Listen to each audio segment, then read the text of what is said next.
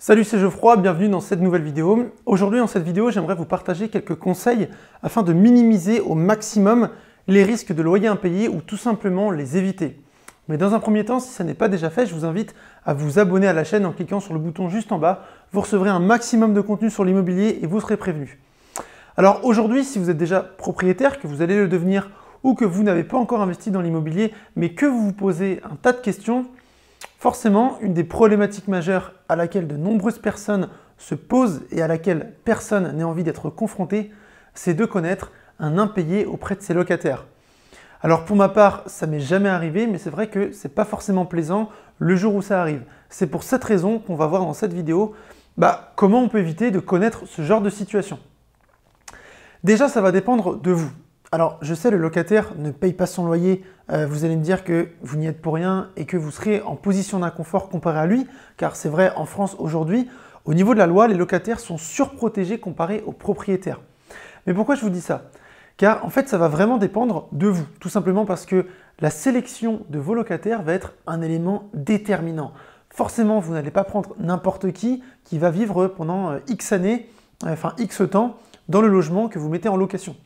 Le choix des locataires doit absolument être un point très important auquel vous devez être vigilant. Pour ça, il existe une liste légale de pièces justificatives que vous pouvez demander à vos futurs locataires lorsque vous effectuez les visites. Vous pouvez demander par exemple la pièce d'identité, les 3 derniers bulletins de salaire s'il est salarié, le contrat de travail, l'avis d'imposition, les dernières quittances de loyer, etc. Si la personne est étudiante, vous pouvez demander un certificat de scolarité et bien entendu, vous pouvez demander un garant qui se portera cautionnaire. Alors sachez qu'un garant n'est pas obligatoire, mais bien entendu, je vous conseille très fortement d'en choisir un. C'est généralement les parents du locataire, mais ça peut aussi être un ami, un proche, un voisin, mais à condition que cette personne dispose de revenus suffisants. Cette personne devra également fournir des pièces justificatives comme celles que je viens de vous citer et devra également remplir un acte de cautionnement. En fait, la caution locative, qu'il s'agisse d'un parent ou autre, va engager cette personne à payer le loyer et les charges locatives si le locataire ne peut pas faire face à ses obligations, à savoir payer son loyer.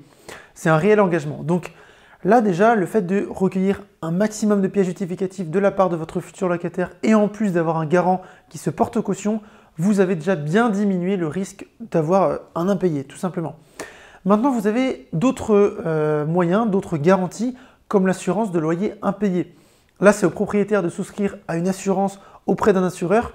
Et c'est assez intéressant, car si votre locataire ne paye pas son loyer, l'assurance va vous rembourser directement les impayés et se retourner directement contre son locataire. Enfin, contre votre locataire. C'est vraiment une grosse sécurité pour vous car l'assureur s'occupe de tout et notamment de l'étude du dossier car c'est votre assureur qui va checker et s'assurer que l'ensemble des pièces que vous a fourni votre futur locataire sont correctes. Alors par contre, forcément, cette assurance a un coût, ça représente à peu près 3 à 4% du montant du loyer mensuel, mais pour le coup, c'est vraiment une sécurité et là, vous êtes sûr d'obtenir votre loyer tous les mois.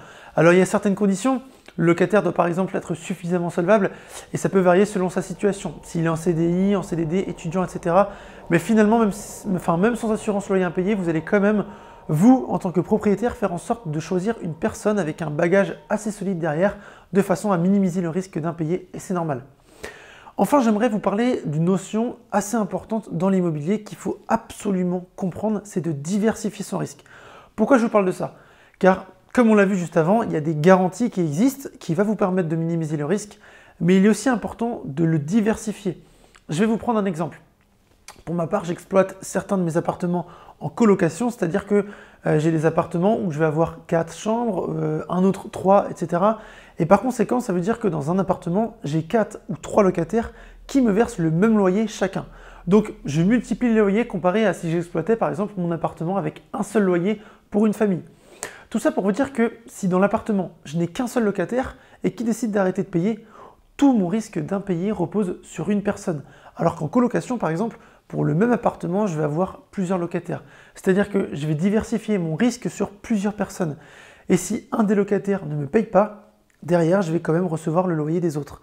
Et il faudrait que les 4 colocataires ne payent pas en même temps leur loyer pour ne rien recevoir du tout, ce qui est beaucoup moins probable.